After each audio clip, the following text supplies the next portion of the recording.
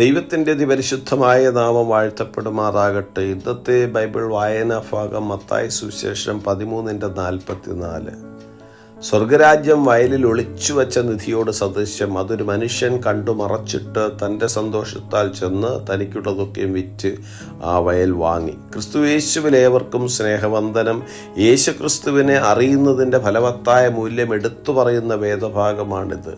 ക്രിസ്തുവിനെ രക്ഷിതാവായി സ്വീകരിച്ച സ്വർഗരാജ്യ അനുഭവത്തിലേക്ക് എത്തപ്പെടേണ്ടതിന് ത്യാഗപൂർവമായ പ്രവൃത്തികൾ ചെയ്യുവാനിടയായിത്തീരണം.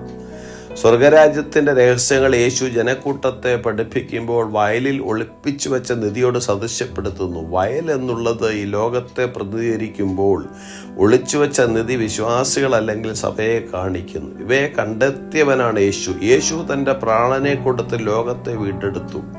വയലിലെ നിധിയെക്കുറിച്ച് മനസ്സിലാക്കിയ മനുഷ്യൻ അത് നേടിയെടുക്കുവാൻ തനിക്കുള്ളതൊക്കെയും വിറ്റതുപോലെ നമ്മെ നേടുവാനായി തനിക്കുണ്ടായിരുന്ന സ്വർഗീയ മഹത്വം വെടിഞ്ഞ് താണനിലത്തിലേക്ക് ഇറങ്ങി വന്ന് യേശുക്രിസ്തു നമുക്ക് വേണ്ടി ക്രൂശിൽ മരിച്ചു.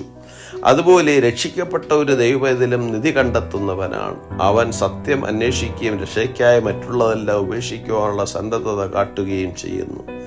സ്വർഗരാജ്യം എന്നുള്ളത് അന്വേഷിക്കുന്നവർക്ക് ലഭിക്കുന്നു. നിങ്ങൾ എന്നെ അന്വേഷിക്കും, പൂർണ്ണ ഹൃദയത്തോടെ അന്വേഷിക്കുമ്പോൾ എന്നെ കണ്ടെത്തുമെന്ന് യിരെമ്യാ പ്രവാചകന്റെ പുസ്തകം 29-ാം അധ്യായത്തിൽ നാം വായിക്കുന്നു. യേശുവിലൂടെയുള്ള രക്ഷ സന്തോഷമായിരിക്കാൽ ആ നിധിയുടെ മൂല്യം മനസ്സിലാക്കി മറ്റെല്ലാം, അതായത് ലൗകിക മോഹങ്ങൾ ഉൾപ്പെടെ ഉപേക്ഷിച്ച് വലിയ ത്യാഗത്തിന് തയ്യാറാകുന്നു. വചനം ശ്രദ്ധിക്കുന്ന പ്രിയ സഹോദര സഹോദരി, യേശുക്രിസ്തു എന്ന നിധി താങ്കൾക്ക് എത്ര വിലയേറിയതാണ്. അത് നേടുവാൻ തക്കവണ്ണം തടസ്സമായി താങ്കളുടെ ജീവിതത്തിൽ ഒന്നും ഉണ്ടാകുവാൻ പാടില്ല. എന്തും യേശുവിലൂടെയുള്ള രക്ഷയ്ക്കായി ഉപേക്ഷിക്കുവാൻ തയ്യാറാകുക.